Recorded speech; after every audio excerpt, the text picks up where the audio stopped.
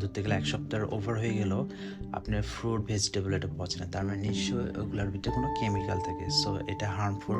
কিন্তু আপনি ফুড বাজারে কোনো একটা ফ্রুট ভেজিটেবল নিলে প্রায় 1 সপ্তাহের আগে এটা প্রায় নষ্ট হতে থাকে, তার মানে এখানে কেমিক্যালের পরিমাণ বেশি হলেও এটা কম।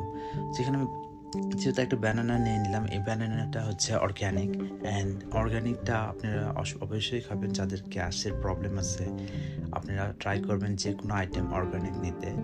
সো এখানে ফুড বাজারে একটা সেকশন আছে অর্গ্যানিক সেকশন, এটা অনেক বড়, এবং অন্যান্য গ্রোসারিতে আপনি পাবেন, কিন্তু এটা I really like and trusted food বাজার, বিকজ আই বিলিভ ফুড বাজার হচ্ছে কোরিয়ান সুপার মার্কেটের মতোই।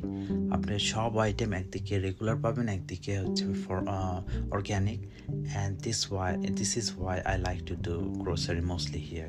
অ্যান্ড আমি যেহেতু একা থাকি নিউ ইয়র্কে, অ্যান্ড আমার কাটাকাটি করার অনেক প্রবলেম হয়,